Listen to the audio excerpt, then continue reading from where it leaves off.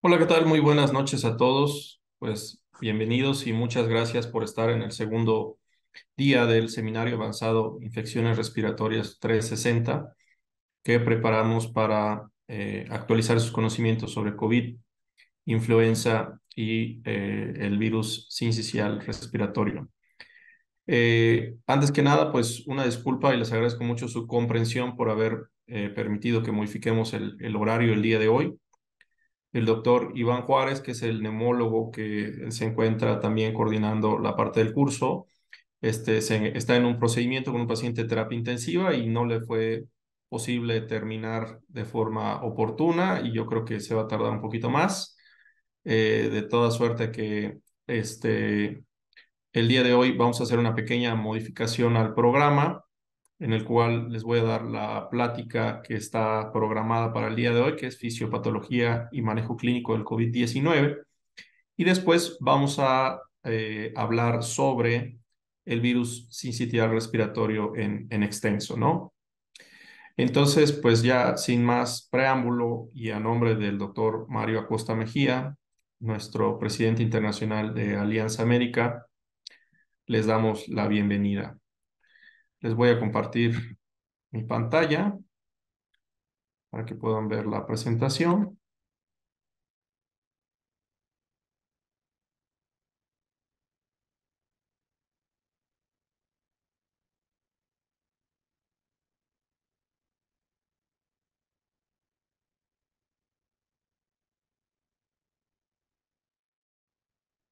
Bien, entonces vamos a empezar el día de hoy hablando sobre la fisiopatología y el manejo clínico del COVID-19, ¿no? Sabemos que realmente han cambiado muchas cosas desde que damos las pláticas sobre COVID-19 también con ayuda de Alianza Médica durante los primeros meses o el primer semestre del 2020, pues era muy distinto la información que teníamos, ¿no? Entonces, para poder estar un poco centrados en el contexto que actualmente tenemos, me gustaría que se preguntaran a sí mismos cuál fue la severidad del último caso de COVID-19 que usted atendió en el último mes. Les diré que sí he visto un par de casos de pacientes que están intubados en este último mes, pero yo atribuiría a que ya no es tanto por el COVID, sino más bien porque la enfermedad respiratoria descompensa las enfermedades crónicas de los pacientes, ¿no? Y la segunda pregunta que me gustaría hacerles es, ¿cuántos casos de COVID-19 atendió usted la última semana? Ahorita que tenemos un repunte de las enfermedades respiratorias. Actualmente, bueno, el día de hoy, aquí a nivel privado, tengo hospitalizados a mi cargo 8 pacientes, de los cuales 4 se encuentran en la unidad de cuidados intermedios. Todos son personas mayores de 66 años y que tienen un proceso infeccioso respiratorio. Ninguno es por COVID, ¿no? Y esto está demostrado conforme a las definiciones operacionales debido a que la prueba pues, ha resultado negativa. Platicábamos ayer que actualmente para hacer el diagnóstico de las infecciones respiratorias en el contexto de un proceso o un síndrome de neumonía típica, se hace una prueba contra múltiples agentes, un film array, y pues da entre todas negativo a influenza, a COVID, etcétera, ¿no? Entonces sabemos que no se debe a esta gente, aparte que no tenemos la sospecha epidemiológica, ¿no?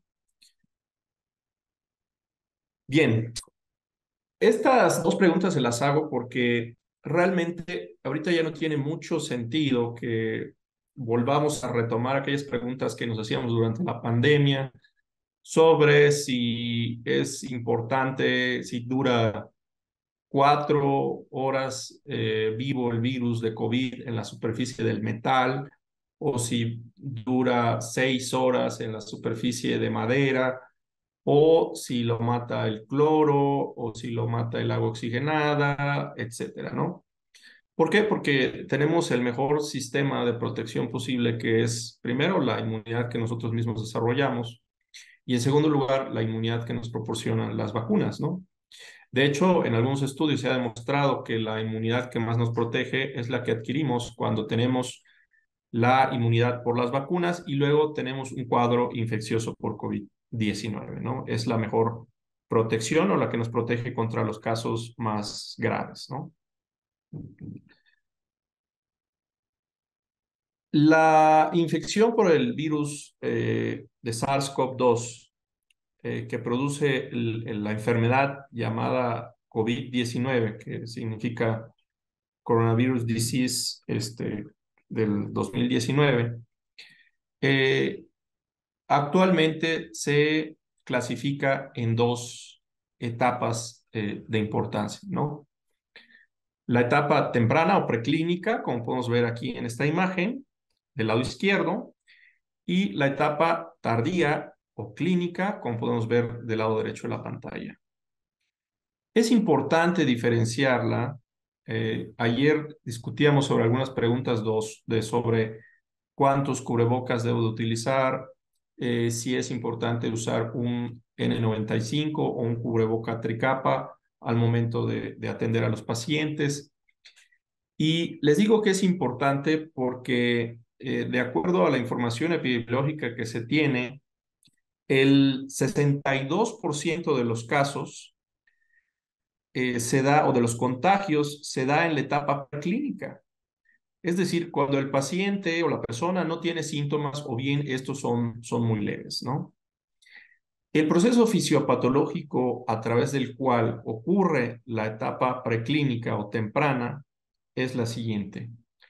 El virus del SARS-CoV-2 va a llegar a un receptor a través de las células del epitelio respiratorio, lo cual va a producir una respuesta inflamatoria inicial por la liberación de múltiples citocinas mediada por las células TSD4 y la respuesta inmediata por los macrófagos. Y esto va a producir que existan los síntomas iniciales, la replicación inicial y, por supuesto, la contagiosidad del virus en esta etapa, ¿no? Esto es importante porque precisamente nos permite utilizar las pruebas rápidas como un método para saber si una persona es o no contagiosa, ¿sí? Decíamos también ayer sobre cuál es la importancia de si se necesita después de 1, 2, 3, 4 semanas de que el paciente clínicamente ya no tiene síntomas. ¿Cuál es la importancia de hacerse una prueba respiratoria de control, ¿no? Y lo que hemos visto es que realmente ya clínicamente no es relevante. ¿Por qué? Porque aunque en, eh, aunque el paciente no tenga síntomas, si ya no expresa el virus en el aparato respiratorio, ya no tiene esa capacidad de transmitir la enfermedad. Por lo tanto, podemos atribuir a que los síntomas que tiene en ese momento son síntomas propios de la fase de recuperación y no porque tienen la infección aguda. La fase de la infección aguda ya pasó y ya no hay replicación del virus en el epitelio respiratorio y por lo tanto ya no va a haber transmisibilidad. De forma anecdótica se ha documentado que puede haber transmisión a través de otro tipo de secreciones, pero esto no se considera que tenga relevancia clínica, ¿no? Ni epidemiológica, o sea, que sea la principal fuente de contagio entre las personas. Es por eso que no está justificado hacer más estudios para demostrar que ya no se tiene la infección, ¿no? Bueno, cuando nuestro cuerpo empieza el proceso de lucha en la fase temprana, pueden ocurrir dos caminos, ¿no? Que exista una diseminación a nivel sistémico de la infección, o bien que exista lo que aquí nos marcan como clearance, es decir, que hay una eliminación total del virus y nos curemos totalmente de este proceso, ¿no?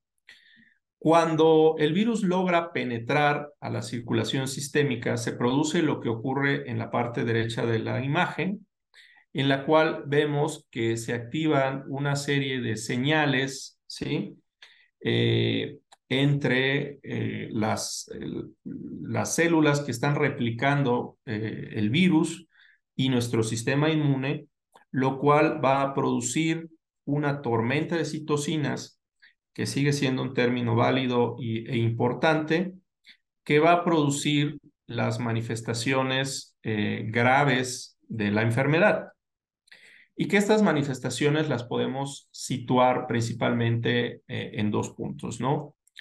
A nivel pulmonar, produciendo lo que se conoce como ARDS, Acute Respiratory Distress Syndrome, síndrome de distrés respiratorio agudo, o a nivel vascular, en la cual pueden haber otras manifestaciones, ¿no?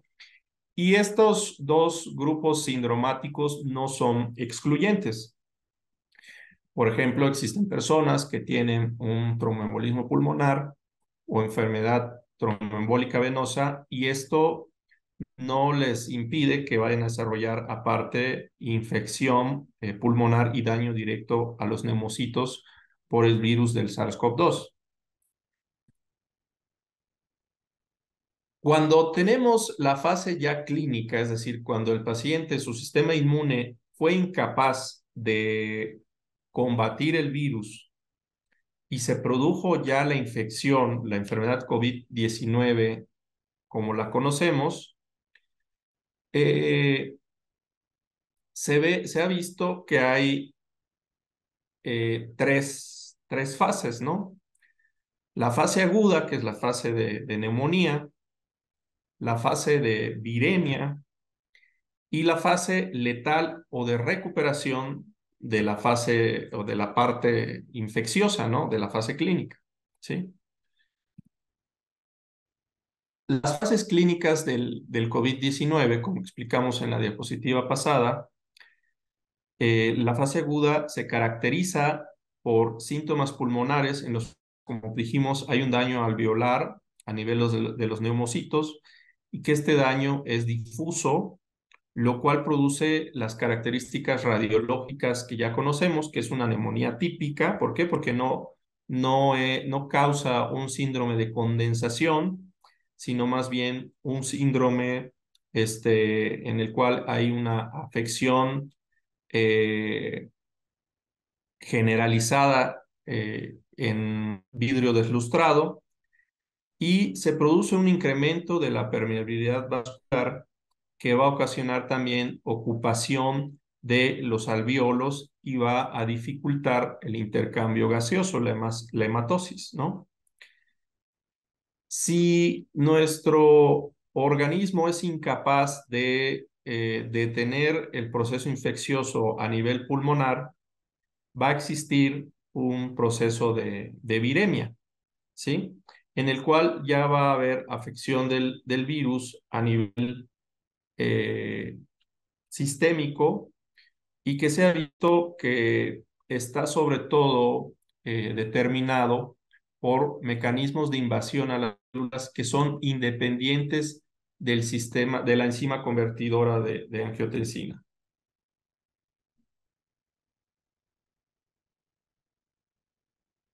Otra característica distintiva de esta etapa es que existe una gran liberación de citocinas que puede ocasionar un estado de choque o una fase de sepsis muy parecida a la que se tiene cuando hay infección por bacterias, sobre todo gram negativas, ¿no? Pero que depende exclusivamente, como dijimos, de la liberación de la tormenta de citocinas. Y si después de la fase de viremia no existe un adecuado control de la respuesta inmune, se va a producir la que se conoce como fase letal, que se caracteriza porque hay una enfermedad y un daño persistente, crónico, por decirlo de alguna forma, a nivel sistémico, es decir, ya no únicamente en las células del aparato respiratorio, sino también en las células endoteliales de los distintos órganos, ¿sí?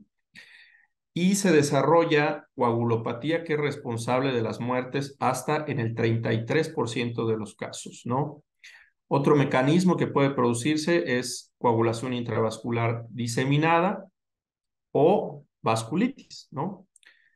De tal forma que la fase grave o la fase letal de la infección clínica del COVID-19 se debe a dos procesos fundamentales y que esto es lo importante o lo que me gustaría que tuvieran presente de esta plática, ¿no?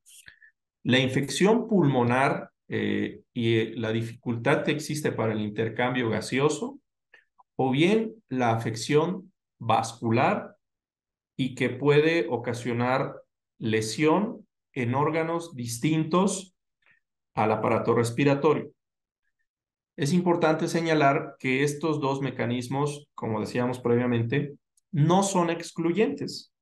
¿Por qué? Porque esta afección vascular que caracteriza al SARS-CoV-2 contribuye mucho a que exista el daño y la ocupación alveolar por un trasudado que proviene del incremento de la permeabilidad vascular que ocasiona la infección a nivel endotelial. No sé si, digo, no quiero confundirlos, pero tenemos que tener entonces muy en cuenta que existen estos dos procesos y que los dos, de cierta forma, están muy relacionados.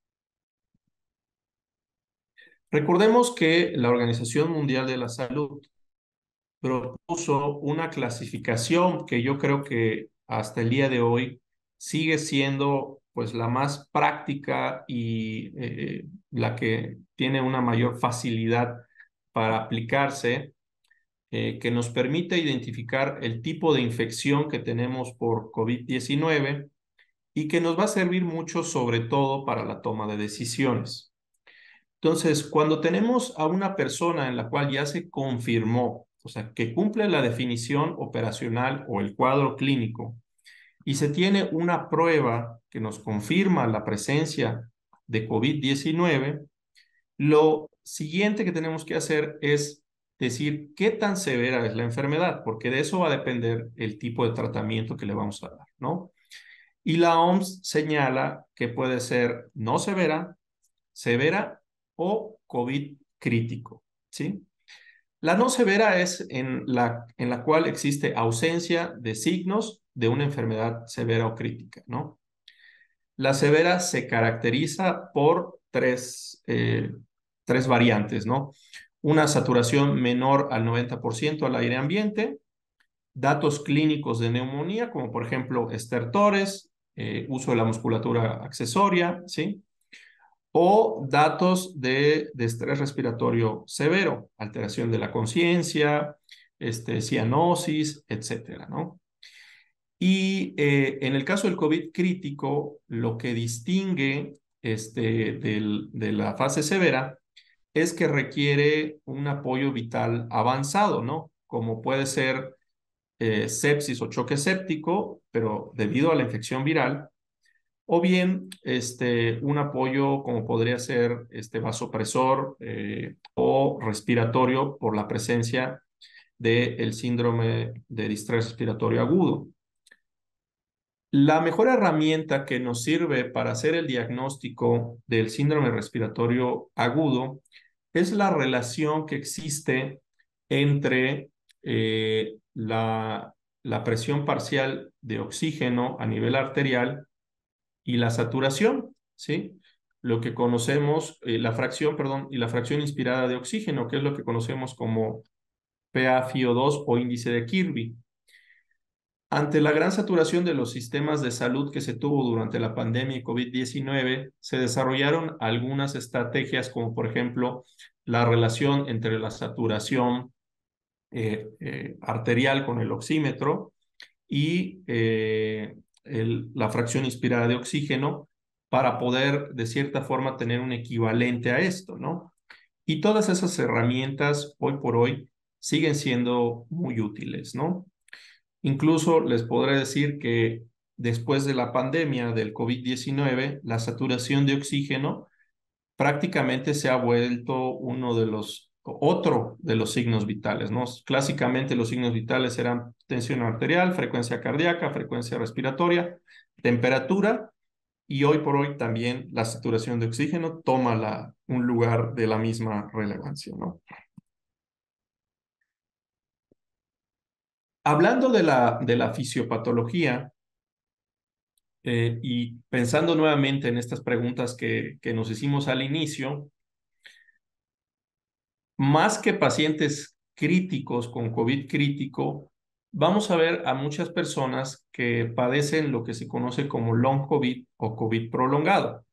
Y mucho también se habla de esto o ha tomado una gran importancia, tal vez ya mayor o igual a la que en su momento tuvo el COVID en fase aguda, ¿no?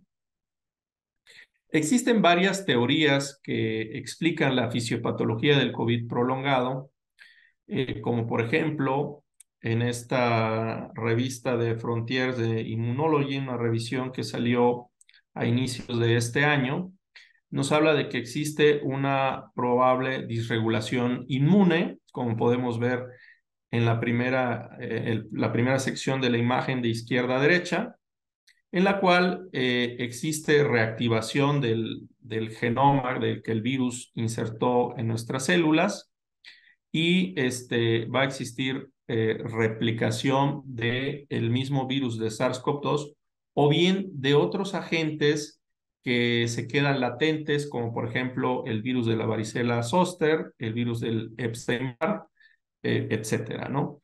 Y eso nos va a producir síntomas respiratorios o sistémicos como fatiga, que no se explican por la sola infección en fase aguda del COVID, del SARS-CoV-2, perdón, ¿no?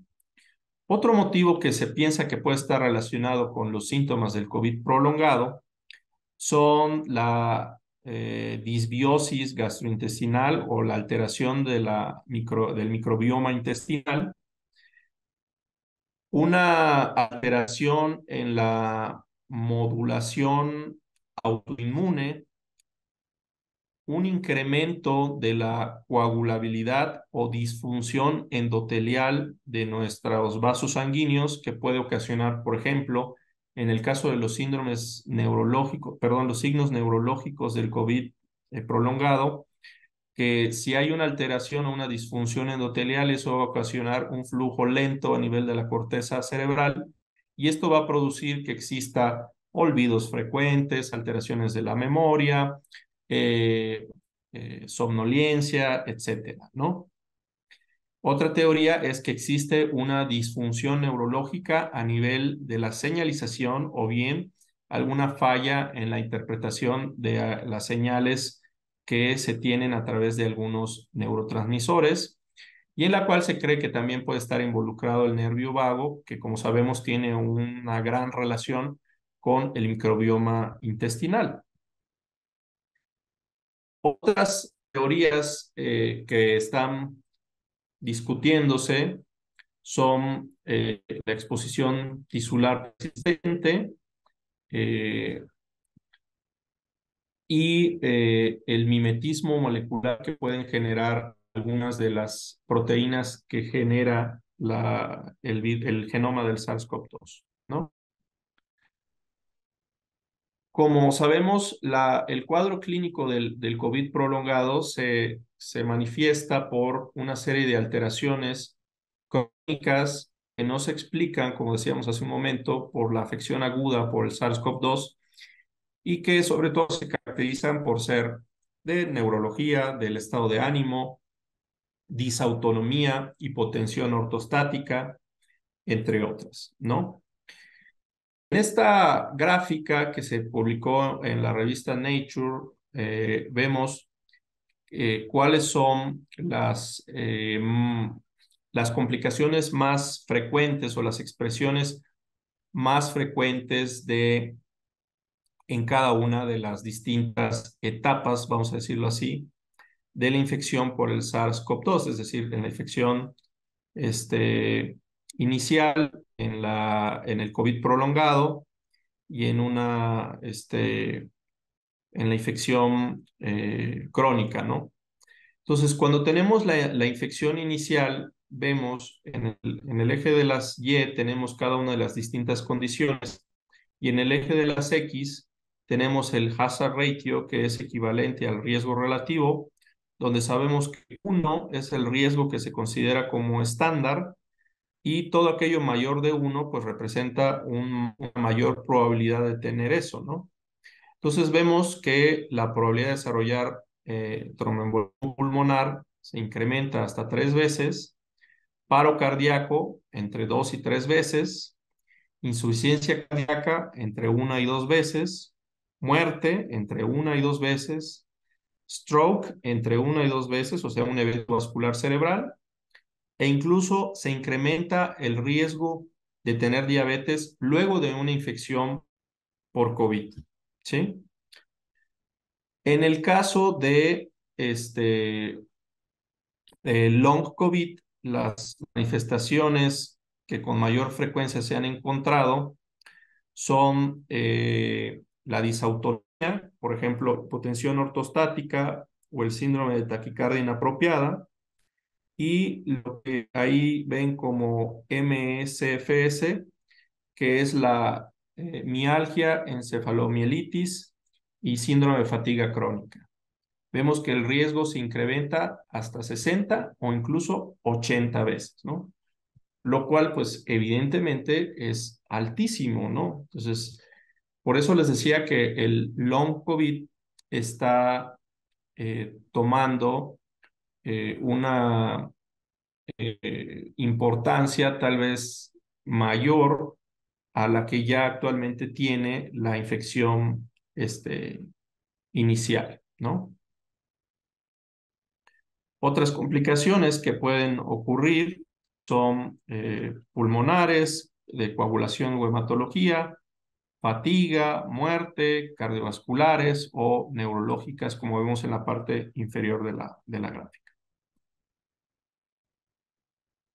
Es importante mencionar que 2/3 de los casos de COVID prolongado se asocian a la presencia de 2 o más factores de riesgo, que en este caso son enfermedades preexistentes, como podría ser hipertensión, el sexo femenino, no sabemos la causa, el antecedente de tener diabetes tipo 2, la presencia de algunos anticuerpos específicos, padecer alguna enfermedad del tejido conectivo y la etnicidad, como es en nuestro caso ser latinos o de ascendencia hispana. Entonces, podemos ver que pues una gran parte de la población mexicana está en riesgo elevado de desarrollar COVID prolongado, ¿no? En esta revisión que salió también en la revista de Immunology, podemos ver la compleja interacción, y de hecho así se llama el artículo, ¿no? Que existe entre los antecedentes del paciente, los mecanismos biológicos y las secuelas clínicas que pueden presentarse, ¿no? Por ejemplo, sabemos que una edad joven, ¿sí? Como vemos en la columna de la izquierda, el sexo femenino, pueden favorecer la presencia de fenómenos de autoinmunidad que va a producir alteraciones, por ejemplo, cardiovasculares, ¿no? O bien cognitivas.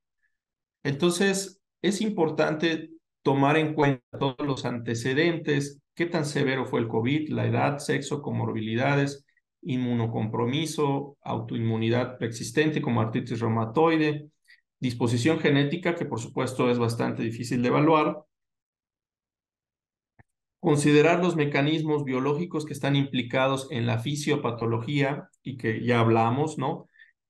Activación inmune persistente, reactivación de otros agentes virales que están presentes, una alteración metabólica, como por ejemplo la disbiosis intestinal,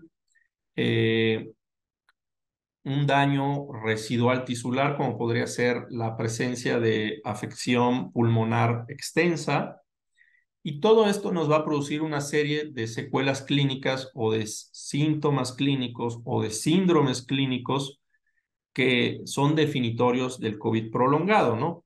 Por ejemplo, la afección cognitiva, la afección neurológica, los trastornos psiquiátricos, como puede ser depresión o anedonia, la presencia prolongada de disgeusia, fatiga, fenómenos neurológicos, coagulopatía, síntomas gastrointestinales, por ejemplo, las personas que tenían síndrome de intestino irritable después de un proceso de COVID severo, ven exacerbados sus síntomas y todo este proceso no está definido por por un solo fenómeno, sino por varios. Por ejemplo, hablando de este mismo paciente, el uso de los medicamentos para el COVID, el estrés, la alimentación, todo eso va a producir una mayor probabilidad de tener síntomas gastrointestinales y no es únicamente por la invasión que se tiene por parte del virus, ¿no?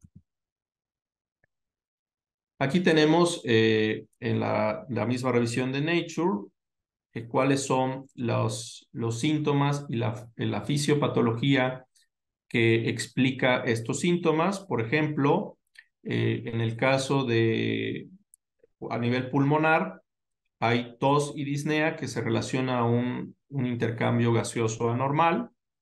Los síntomas y signos de diabetes que pueden ser por afección ya sea microvascular o directa de las células pancreáticas, náusea y dolor abdominal por la disbiosis intestinal, la persistencia de otros virus y sobre todo en la función o la cuestión neurológica, el deterioro cognitivo, la fatiga, las alteraciones del sueño, pérdida de memoria, tinnitus. Todo esto se debe a la disautonomía, el síndrome de fatiga crónica, la neuroinflamación, la afección del flujo cerebral, el daño a pequeñas fibras, etcétera, ¿no? Bueno, vamos a hablar sobre los tratamientos disponibles que se tienen para cada una de las etapas del COVID, incluyendo el COVID prolongado. Sabemos que muchos de estos tratamientos son antiguos y hay algunos que son innovadores y que han mostrado la utilidad. Quiero decirles que los que estoy proponiendo en este caso tienen una evidencia científica, por lo que no voy a ahondar sobre aquellos que no la tienen o que se especula que podrían tenerla, ¿no? Recordemos que uno de los primeros estudios clínicos controlados que se empezaron precisamente para identificar aquellas medidas que eran beneficiosas para los pacientes hospitalizados con COVID-19 fue el estudio Recovery, que se inició de forma prematura en 2020 en Reino Unido y luego se extendió a otros países, incluyendo algunos centros en México y en Estados Unidos que también incluían población latina, ¿no? En total, al momento de cerrar, bueno, al momento actual se tienen aproximadamente 48,000 participantes o pacientes que cumplieron estos criterios y se tienen 188 sitios activos. Digo se tiene porque se ha modificado un poco el tipo de registro que se hace. El estudio Recovery tiene muchas ramas en las cuales se fueron probando algunos tratamientos, como ahorita vamos a ver, y actualmente se están incluyendo otros tipos de neumonía y otros tratamientos para estos tipos de neumonía, ¿no? Pero bueno, vamos a centrarnos en COVID-19.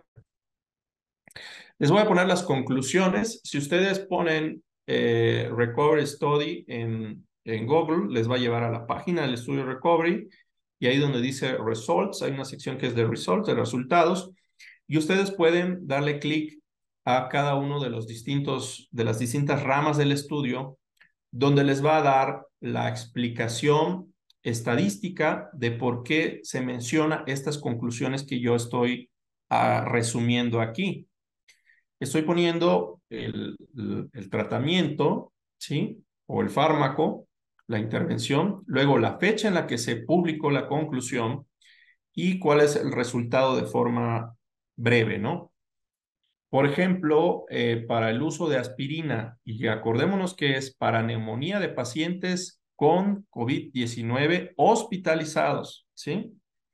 El 14 de junio de 2021 se demostró, o sea, ya tiene más de 2 años, que no existe beneficio o que estadísticamente no hay una superioridad si se les da aspirina a este grupo de pacientes. El 14 de diciembre de 2020 fue uno de los primeros resultados que se tuvo.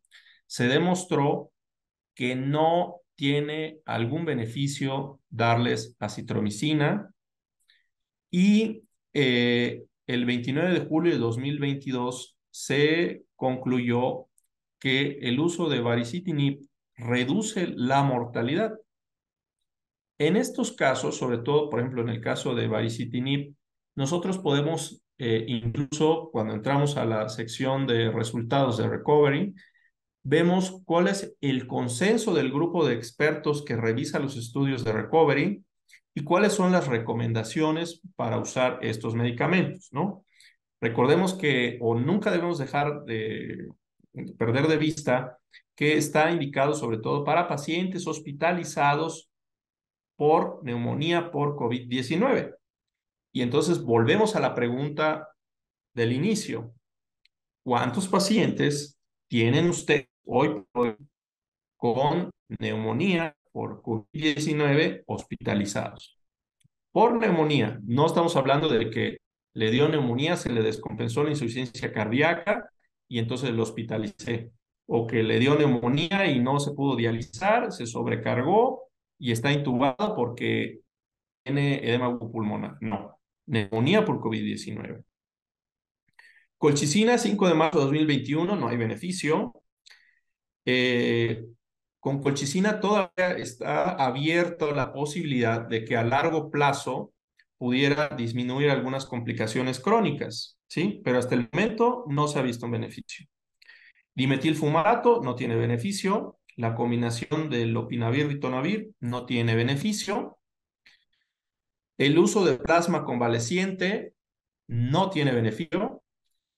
Me llamó mucho la atención que hace, que será unos 3 meses, y ahí en redes sociales y en distintos medios de comunicación, que había un periodista, colaborador creo que de Dóriga, que estaba enfermo y estaban pidiendo personas que hayan tenido COVID y no entendí la verdad cuál era el racional de esa solicitud, ¿no?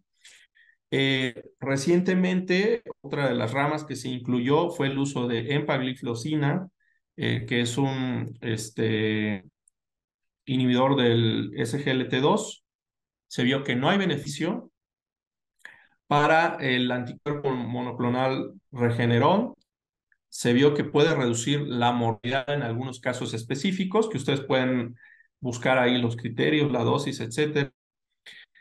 La dexametasona, esta conclusión fue también una de las primeras que se concluyó, que el 16 de junio de 2020, que reduce la mortalidad el uso de 6 miligramos por día entre 4 y 10 días, reduce la mortalidad hasta en un 33%. Y por eso fue el boom del estudio Recovery, porque demostró que el uso de dexametasona en esas dosis tiene mucha utilidad, o su equivalente oral también, tiene mucha utilidad para reducir la mortalidad, y repito, en el paciente con neumonía por COVID hospitalizado, ¿sí? Que necesita oxígeno, etcétera, ¿no?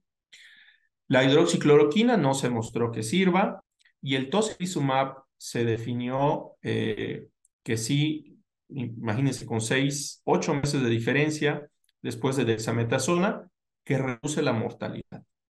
Si nosotros comparamos todas las medidas o las conclusiones y tomamos en cuenta el precio de cada una de estas intervenciones, pues nos damos cuenta que la dexametasona es por mucho la más barata y la más eficaz, y la que se tiene mayor disponibilidad. Durante toda la epidemia de pandemia de COVID-19, estuve en 2 centros privados para atender a los pacientes, 2 centros COVID privados, y también trabajé en el Instituto Mexicano del Seguro Social, en un centro COVID. Era yo líder del código morado, le llamamos. Y puedo decirle que, aparte de la dexametasona, a nivel público, no se utilizó, o al menos no me tocó ver que se utilice alguna otra medida como podría ser tocilizumab. Sí se utilizó en medio privado, pero la limitante precisamente era el costo, la disponibilidad y la autorización off-label, para la indicación off-label que se requería para utilizar estos medicamentos en ese entonces, ¿no? Bueno, resumiendo los tratamientos que actualmente existen, tenemos los tres distintos momentos de que podemos tener la enfermedad, ¿no? Antes de desarrollar la enfermedad, en la cual sabemos que las vacunas son las que más nos sirven y que vamos a tener una plática específicamente sobre vacunas, ¿sí? Luego, al momento de desarrollar la enfermedad, tenemos dos panoramas. En un cuadro medianamente severo o moderado, y en un cuadro de severo a crítico, ¿sí? Y es ahí donde vamos a utilizar cada uno de los distintos herramientas terapéuticas que existen. dense cuenta cómo para los cuadros leves no hay una recomendación, ¿sí? Y aunque esta imagen es de la publicación de Immunology, también, ahorita lo vamos a ver, está disponible en unas recomendaciones de tratamiento que emitió la Organización Mundial de la Salud en enero de este año, que está, la verdad, bastante actualizada. No hay mucho que se haya ya visto sobre COVID-19 porque, como les mencionaba, eh, ya prácticamente no tenemos casos, ¿no? Entonces, cuando tenemos un proceso de moderado, leve, medianamente moderado, se pueden utilizar anticuerpos monoclonales, algunas drogas antivirales, de la cual la más famosa es Paxlovid o Remdesivir, y que les puedo decir que actualmente están disponibles a nivel público, ¿sí? Y en la enfermedad severa a crítica, a COVID crítico, se pueden utilizar los corticosteroides dexametasona, ¿sí? Los inhibidores de la interleucina 6 o de los inhibidores de JAK como baricitinib, el tratamiento anticoagulante y por supuesto el apoyo que implica, por ejemplo, una terapia intensiva, ¿no? En la cual está implícito el tratamiento nutricional, el apoyo mecánico respiratorio, la vigilancia, el apoyo vasopresor, el soporte de la función renal, incluyendo diálisis, hemodiálisis, terapias lentas, el soporte circulatorio, etcétera, ¿no? Y bueno, en casos más avanzados, por supuesto, y que les puedo decir que ya no, desde 2021 ya no he vuelto a el trasplante pulmonar. En esta otra revisión publicada por Davis precisamente en este año en Nature, está el tratamiento o las opciones de tratamiento que tenemos para los distintos síntomas que puede tener el COVID prolongado, ¿no? En el cual podemos ver que tienen una importancia bastante llamativa el uso de tratamientos como son terapia cognitivo-conductual, algunos antidepresivos, eh, y fármacos, la verdad que son muy inespecíficos, ¿no? Por ejemplo, naltrexona, aripiprazol, coenzima Q10, probióticos para los síntomas gastrointestinales, sulodexida para la disfunción endotelial, antihistamínicos, etcétera, ¿no? Entonces, también pueden ver en la tercera columna izquierda a derecha que existen varios tratamientos que se están evaluando en estudios piloto para el tratamiento del long COVID. Por lo tanto, puedo decirles que ahorita el problema al que más se van a enfrentar es a tratar de encontrar un tratamiento para los pacientes que tienen secuela ya del long COVID o COVID prolongado. Esta es la guía que les comentaba, en el cual se presenta de forma breve, digo, y para no ser repetitivo no lo puse, que publicó la OMS, la Organización Mundial de la Salud, que se publicó en enero de este año, en la cual se habla sobre los distintos tratamientos y la evidencia que los respalda para las personas que tienen COVID-19 o que tienen un COVID-19 prolongado, ¿no? Pero bueno, quise ir un poquito más allá y explicarles el racional y la relación fisiopatológica de todos estos tratamientos. Bueno, no sé si en este momento tienen alguna pregunta. Vamos a ver el chat.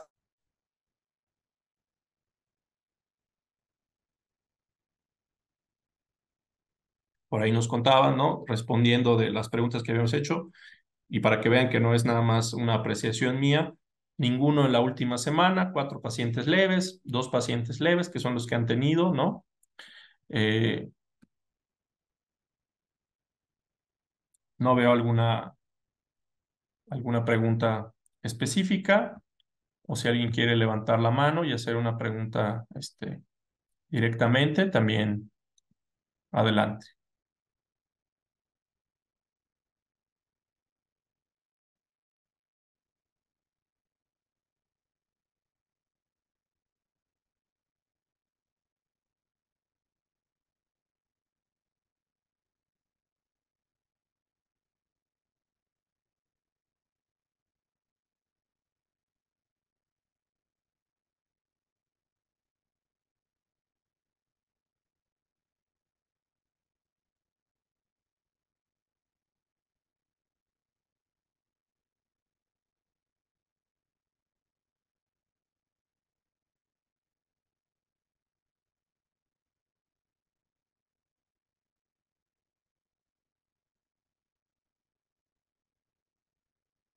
Bueno, aquí ya veo algunas preguntas.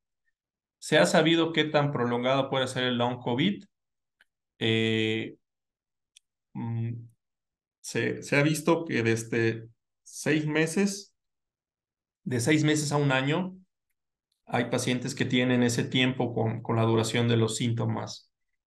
Pero las teorías que se tienen sobre la fisiopatología, es probable que exista más tiempo, ¿no? Y bueno, más de 2 años, evidentemente no tenemos pacientes porque, pues obviamente no tienen tanto tiempo, ¿no? ¿Cuáles son los medicamentos disponibles en México? Creo que tenemos prácticamente todos, con excepción de los que se utilizan en los casos leves,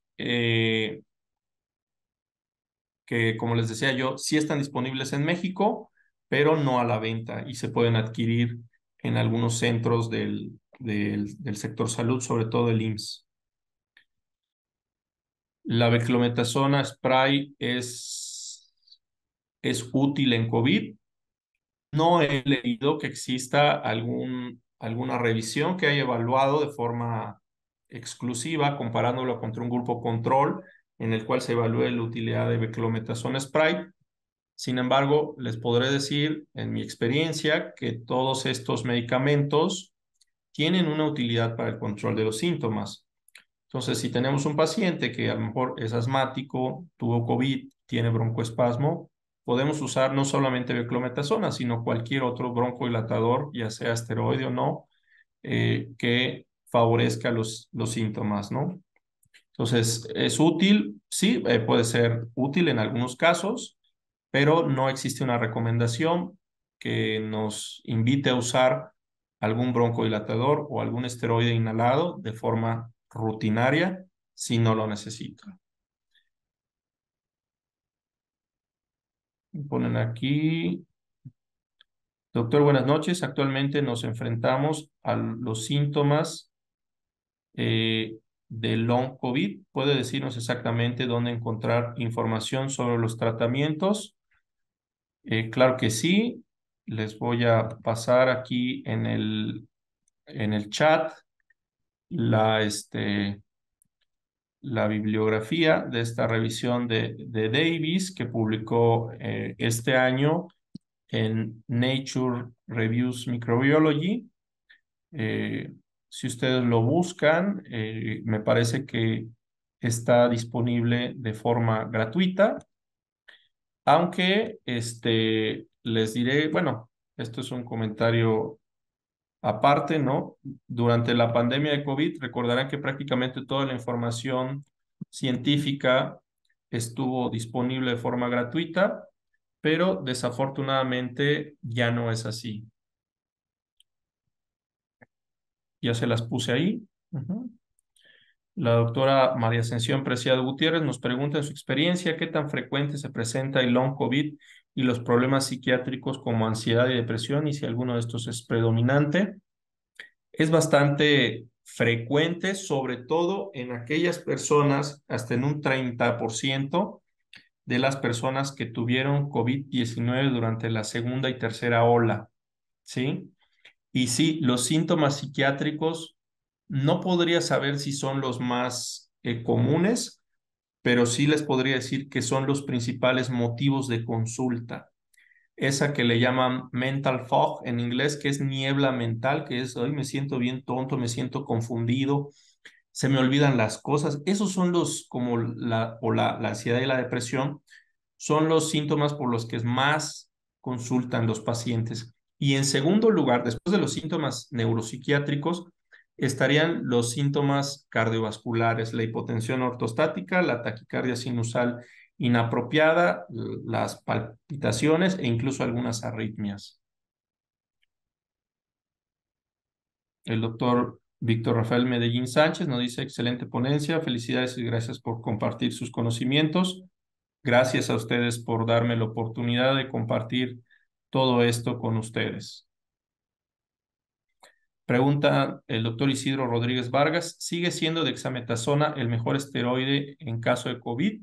Sí, les podría decir que sigue siendo el mejor esteroide, o al menos el que tenemos la evidencia más sólida. Por lo tanto, pues, y dado que ya no hay tantos casos, difícilmente vamos a poder hacer un estudio comparativo con otro esteroide. Por ahí, incluso el mismo estudio Recovery comparó algunos otros esteroides como metilprednisolona y prednisona oral y dexametasona oral y se vio que, pues realmente, si no tenemos dexametasona, no es inadecuado utilizar algún otro esteroide con la equivalencia de la dosis de 6 miligramos. Preguntan por aquí también, ¿en long COVID podemos encontrar daño cardiovascular o circulatorio? O incluso podríamos encontrar trombosis o no.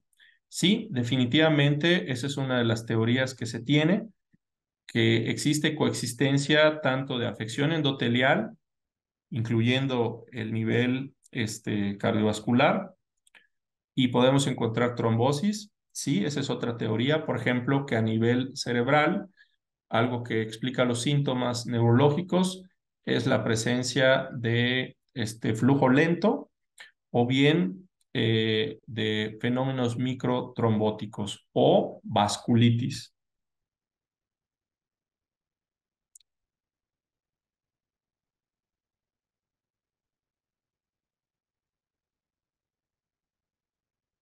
Bueno, muy bien. Aquí pone el doctor Víctor Rafael Medellín Sánchez, nos comparte su experiencia. Yo ocupé en 2 a 4 pacientes metilprednisolona con buenos resultados en pacientes con gran compromiso pulmonar. Sí, efectivamente, la metilprednisolona pues es un esteroide mucho más potente, por lo tanto, sí se puede utilizar, ¿no? Si no se tuviera la dexametasona, que actualmente pues es realmente raro que no se tenga, ¿no? Buenas noches, doctor. En cuanto a la dexametasona, con los riesgos de producir hiperglicemias, sí está estudiado por el uso prolongado de butar con diabetes mellitus tipo 2.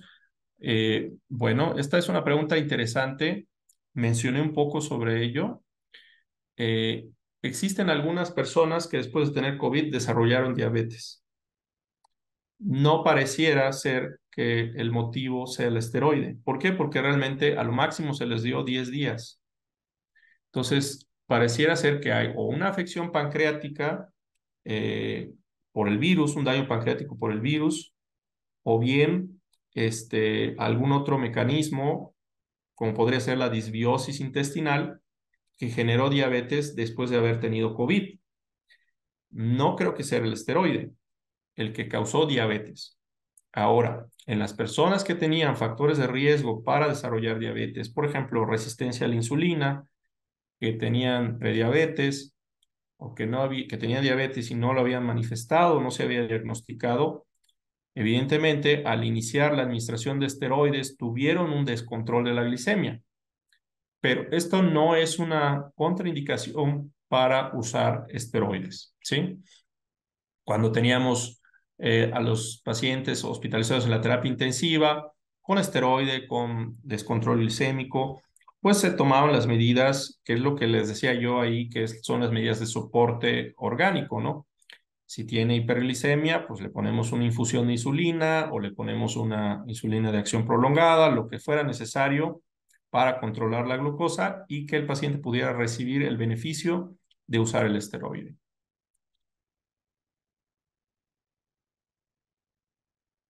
Bueno, aquí preguntan también, ¿la neumonía por influenza y neumonía por coronavirus son igual de graves en su experiencia? Sí, sí son igual de graves. Pero actualmente, pues por todo el impulso que se le dio a la vacunación y la presencia de inmunidad, porque la verdad es que incluso hay quien dice que ya todos nos contagiamos en algún momento de COVID-19, y ya todos tenemos cierta inmunidad, pues ya es nuevamente frecuente ver casos de neumonía grave por influenza y es raro ver casos de neumonía grave por COVID, ¿no? Pone el doctor Jorge Navarro, ¿cree usted que se podrían utilizar probióticos en el long COVID? Sí, aunque sí me sentiría como, bueno, ustedes saben o en algunas ocasiones he mencionado que para poder decir una afirmación me gusta mostrarles la evidencia y qué tan útil es. En este caso es una teoría. Entonces, yo le diría al paciente, mire, creo que esto le puede ayudar, no sé qué tanto, si está en sus posibilidades comprarlo, cómprelo, si no, pues la verdad es que no, yo desconozco si le va a servir, ¿no?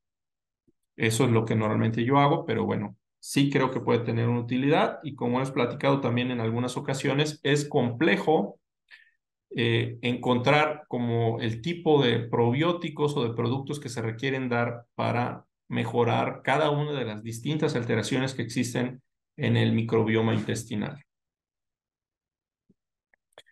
Muy bien, pues bueno, ¿les parece si damos 3 minutos para que puedan ir al baño, tomar agua, etcétera? Y luego de eso empezamos con la segunda parte de esta ponencia.